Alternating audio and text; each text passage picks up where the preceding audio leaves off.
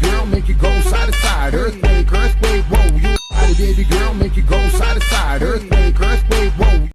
Sebuah pertandingan tinju sedang diselenggarakan di Sweetwater. Memang secara rutin menggelar pertandingan tinju antara lapas tiap 6 bulan sekali. Dan orang yang mampu menyulap sebuah penjara sebagai ring tinju ini adalah seorang gangster bernama Mandy. Kakek tua yang mendekam di penjara ini karena kasus penyelewengan pajak. Dia dibantu oleh anak buahnya yang bernama Campos. Dan partai puncak pertandingan kali ini mempertemukan antara juara dari lapas Loda yang bernama Zan melawan juara bertahan milik tuan rumah yang sudah 67 kali bertanding tanpa pernah kalah, yaitu Monroy Hutchins.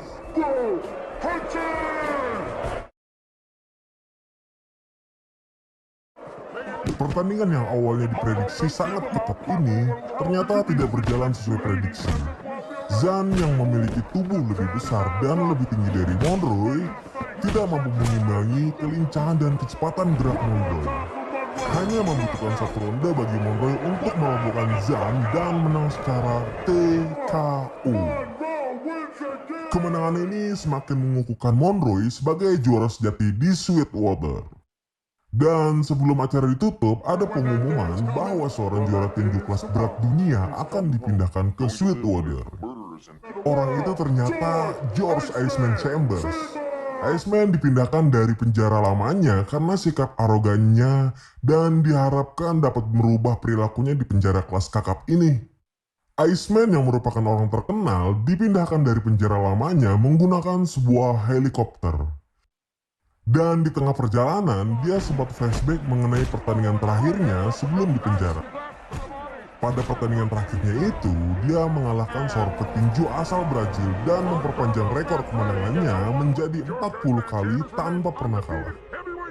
Kemenangan itu mengukuhkannya sebagai petinju terhebat untuk saat ini. Dan selesai pertandingan itu, sedianya dia telah dibuatkan jadwal untuk melawan seorang petinju bernama Mantel yang juga juara tinju WBA saat itu. Bahkan saat sesi press conference selesai pertandingan, Iceman dengan sombong dan berlagak sotoy bahwa dia akan mengalahkan Mantel. Namun apa daya semua rencana itu batal karena seorang wanita melaporkan Iceman bahwa dia telah memperkosanya. Dan akhirnya Iceman pun tiba di Sweetwater dan langsung diwawancarai oleh kepala lapas yang bernama Warden. Warden memperingatkan Iceman bahwa Sweetwater adalah penjara tingkat tinggi yang mengurung napi-napi dengan kejahatan serius. Sehingga diharapkan Iceman tidak membuat onar di sini. Warden juga memperkenalkan opsir senior yang bernama Merker dan Nona Early, seorang petugas administrasi. Iceman dimasukkan ke dalam sel yang terdapat seorang napi bernama Mingo. Iceman pun memperingatkan Mingo kalau dia tidak ingin siapapun mengajaknya bicara kecuali dia duluan yang mengajak bicara. Lalu Mandy pun datang mengunjungi selnya Iceman dan dia mencoba memanas-manasinya dengan mengejek gaya bertarungnya yang hanya mengandalkan kekuatan. Dan tujuannya pun di sini sangat jelas agar Iceman mau bertanding melawan Monroy. Iceman pun terpancing emosionalnya dan tidak suka jika ada orang yang lebih hebat darinya. Kemudian Campos memberitahu Iceman nama juara bertahan di Sweetwater adalah Monroy Hutchins. Saat sedang makan siang, Iceman meminta Mingo untuk menunjukkan yang mana Monroy. Lalu dia mendatangi Monroy dan terjadi sedikit konfrontasi antara Iceman dan Monroy. Iceman yang tahu kalau Monroy merupakan juara bertahan selama 10 tahun terakhir memberinya selamat. Lalu tiba-tiba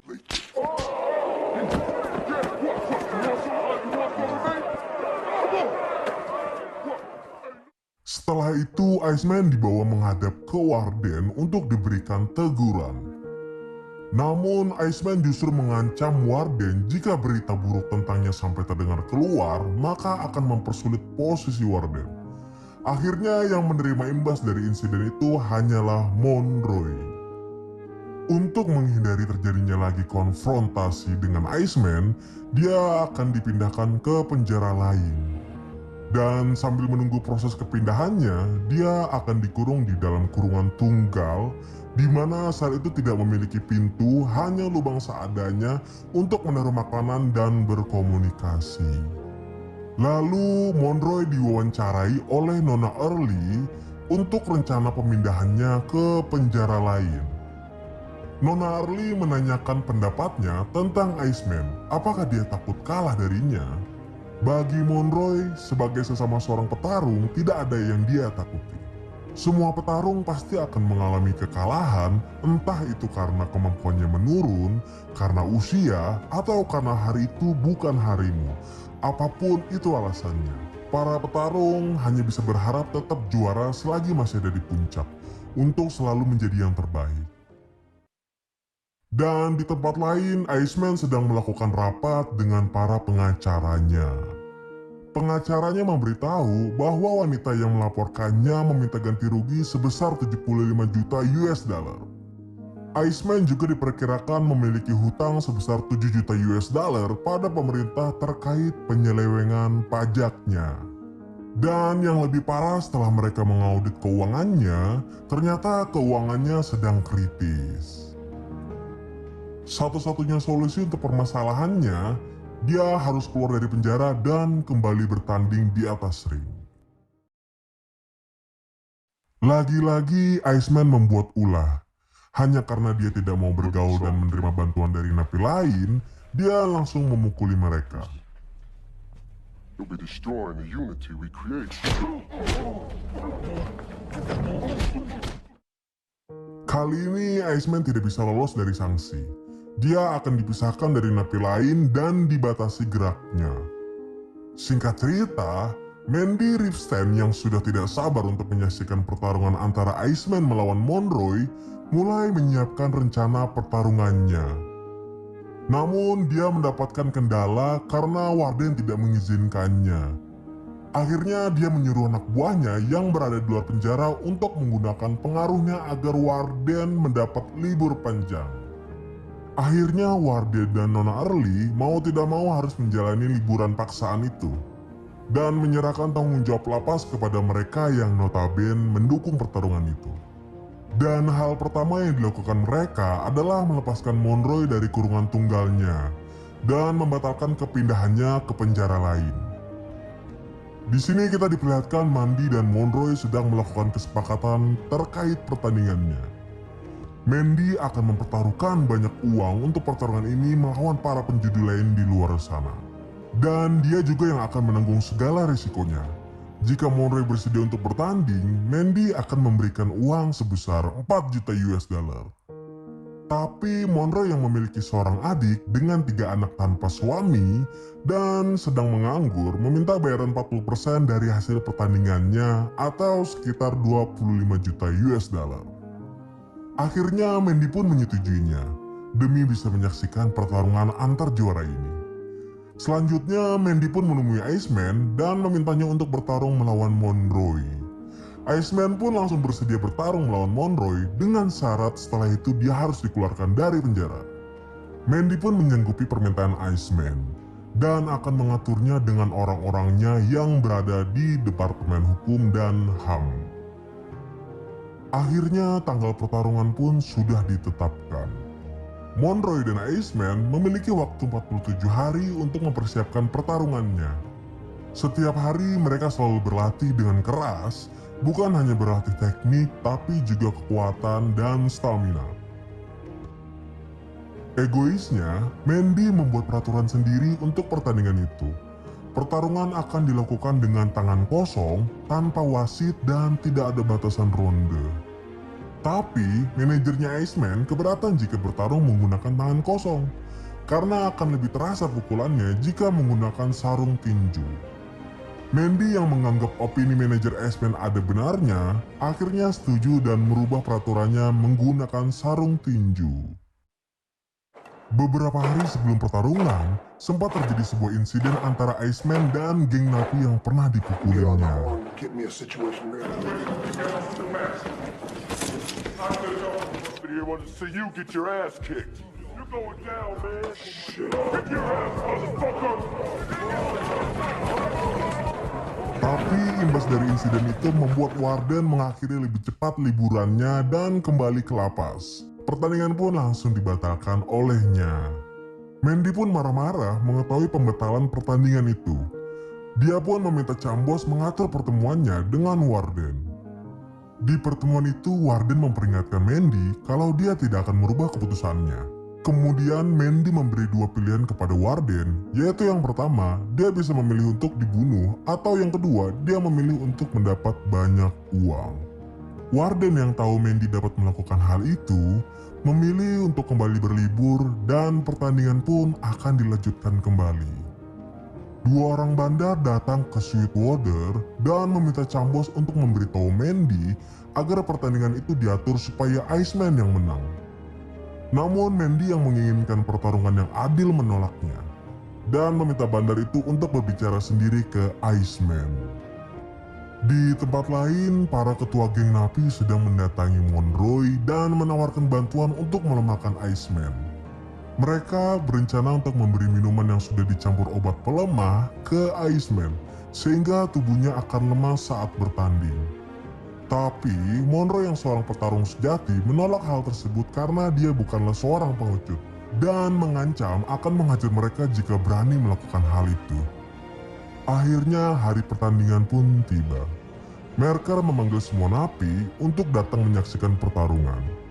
Monroe dan Iceman melakukan pemanasan di ruangan masing-masing. Para bandar judi juga sudah pada sampai di Sweetwater. Dan para petarung memasuki area pertandingan. He's also undefeated on the outside. George Iceman Jr. And here we go, baby. Monroe swings and misses. Iceman counters with a hard right hand to that. Just with the Iceman. Right. And boom, the Iceman drops. Go get him! To the stomach, another left, uppercut, and Monroe. And we now know why he's the heavyweight champion. And Monroe is up. Looks like he will continue. Here we go, baby. Despite the knockdown, Monroe looks like he pulled himself. Straight hand. A wicked exchange. Monroe's on his heels. He's up against the fist. The Iceman is going toward the line. Oh, another right to the head. That sends Monroe down. And he just loves to talk the crowd. He's got everything going his way. The scumbag, he's looking for that big punch to end it off for Monroe. For the kill. Monroe, the Iceman is staggering and he's hurt. Oh, and the right hand puts Iceman down. The Iceman is dead. This is unbelievable. And the Iceman is up. He's staggering around. Pneumonia under control. Monroe has definitely George Iceman Chambers at this moment is anybody's guess. That was the toughest round in the Iceman's whole career.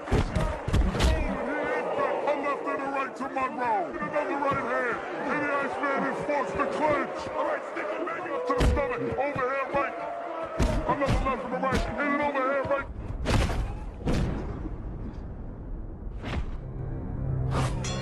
It's over! Monroe wins, and I just won a lot of goddamn money. Pertandingan pun selesai dan Iceman mendapatkan kekalahan pertama selama karirnya. Di sisi lain, Monroe kembali melanjutkan kedikdayaannya sebagai juara di Sweetwater tanpa pernah kalah. Mandy pun memberitahu Chambos betapa puasnya dia mampu menghadirkan pertandingan ini. Pertandingan antara dua juara sejati dan hanya satu yang akan menang. 3 minggu setelah laga itu pun berlalu, Mandy Ripstein harus menghadap ke ajalnya. Sebelum itu, dia sudah menepati janjinya dengan memberikan sebagian hadiah uangnya kepada Monroe dan mengeluarkan Iceman dari penjara. Beberapa bulan kemudian, Iceman sudah kembali naik ring tinju dan berhasil merebut kembali sabuk juara dunia. Namun dengan jiwa pengecutnya, Dia tidak pernah mengakui kekalahannya dari Monroe saat ditanya oleh awak media. Dan kekalahan itu pun bagaikan sebuah dongeng yang hanya diketahui oleh warga lapas Sweetwater. Sementara bagi warga lapas Sweetwater, juara sejati yang tak terbantahkan hanyalah Monroe Hutchins. Dan film pun selesai.